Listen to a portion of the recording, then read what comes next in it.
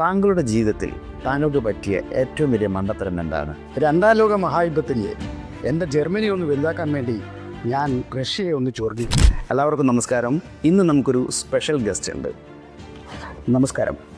എന്നെ ഇദ്ദേഹത്തിൽ ഏറ്റവും കൂടുതൽ ആകർഷണമാക്കിയത് ഇദ്ദേഹത്തിൻ്റെ മീശയാണ്. മാത്രമല്ല ഇദ്ദേഹത്തിൻ്റെ മീശ ലോകപ്രസിദ്ധവുമാണ്.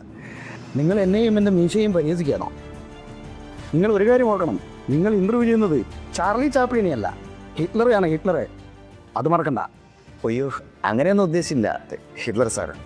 എന്നെ ഹിറ്റ്ലർ സാർ എന്ന് വിളിച്ച് ബുദ്ധിമുട്ടണ്ട. കൊച്ചു കുട്ടികൾ വരെ എന്നെ ഹിറ്റ്ലർ ഹിറ്റ്ലർ എന്നാണ് വിളിക്കാറ്.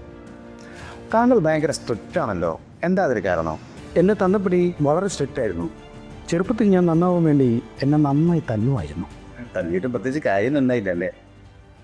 മിസ്റ്റർ സുനേഷ്, ഞാൻ സംസാരിക്കുന്നതിനിടയിൽ എൻ്റെ ഫ്ലോ കളയരുത്.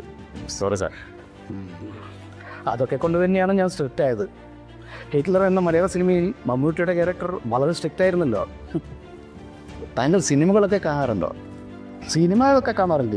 സിനിമകളേക്കാൾ എനിക്കിഷ്ടം ആറാ കണ്ണൻ്റെയും അലഞ്ചോസ് പെരേരൻ്റെയും കോബ്രയാണ്. മണ്ടത്തരങ്ങൾ പറ്റാത്ത ആൾക്കാരല്ല. എന്നാലും താങ്കളോട് ചോദിക്കുകയാണ്, താങ്കളുടെ ജീവിതത്തിൽ താങ്കൾക്ക് പറ്റിയ ഏറ്റവും വലിയ മണ്ടത്തരം എന്താണ്? രണ്ടാം ലോക മഹായുദ്ധത്തിൽ എൻ്റെ ജർമ്മനി ഒന്ന് വലുതാക്കാൻ വേണ്ടി ഞാൻ റഷ്യയെ ഒന്ന് ചൊറിഞ്ഞു. ഞാൻ അറിഞ്ഞില്ല റഷ്യ ഇത്രയും വലിയ പുള്ളിയാണെന്ന്. റഷ്യ ഞങ്ങളെ തിരിച്ചു മാന്തി.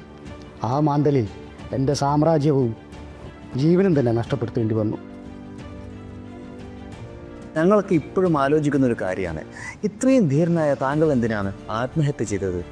യുദ്ധത്തിൽ ഞാൻ തോൽക്കുകയോ എന്നെ പിടിക്കുമെന്ന് ഉറപ്പുമായപ്പോൾ ആത്മഹത്യ ചെയ്യുന്നതാണ് നല്ലതെന്ന് എനിക്ക് തോന്നി.